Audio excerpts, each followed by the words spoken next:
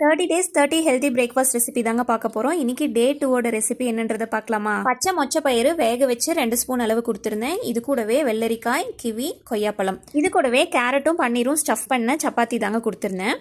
இந்த பச்சை மொச்சக்கொட்டையை நேற்றே தோல் உரிச்சு எடுத்து வச்சுட்டேங்க. காலையில் குக்கரில் போட்டு வேக வச்சுக்கிட்டேன். அதே போல் ஒரு பேக்கெட் பாலில் பன்னீர் போட்டு எடுத்துக்கிட்டேங்க. காலையில் தான் செஞ்சேன். சப்பாத்திக்கு மாவு பிணைஞ்சு வச்சுட்டேன். கடையில் வாங்குற பன்னீரை விட வீட்டில் செய்கிற பன்னீர் ரொம்பவே ஹெல்த்திங்க. அதே போல் எப்போல்லாம் தேவைப்படுதோ நம்ம ஃப்ரெஷ்ஷாக செஞ்சு யூஸ் பண்ணிக்கலாம். சப்பாத்தியில் ஸ்டஃப் பண்ணுறதுக்கு மசாலா தாங்க ஃபஸ்ட் ரெடி பண்ணியிருந்தேன். வெங்காயம், கேரட், பொடியாக கட் பண்ண தக்காளி, உப்பு போட்டு நல்லா வதக்கிட்டேன்.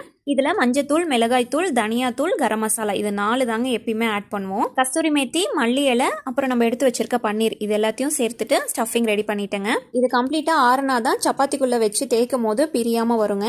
இது எப்படி ஸ்டஃப் பண்ணணும்னு தெரியல அப்படின்னா நீங்கள் சப்பாத்தி போட்டுட்டு கூட உள்ள ஸ்டஃபிங் வச்சுட்டு அதுக்கப்புறமா ரோல் பண்ணியும் குழந்தைங்களுக்கு கொடுக்கலாம். இது கூடவே இன்னைக்கு ஆவாரம் பூல டீ தாங்க செஞ்சிருந்தேன். இதை டீ, ட்ரிங்க்கு, கஷாயம் இந்த மாதிரி எந்த பேர் வேணாலும் வச்சு சொல்லிக்கலாம். பூவை நல்லா க்ளீன் பண்ணி வாஷ் பண்ணி எடுத்துக்கிட்டேன். 1 டம்ளர் தண்ணி ஊற்றிட்டு இந்த வாஷ் பண்ணி வச்சுருக்க அந்த பூவை அதில் போட்டுக்கிட்டேங்க. 3 மிளகு, 1 லவங்கம் மட்டும் ஆட் பண்ணிக்கிட்டேன்.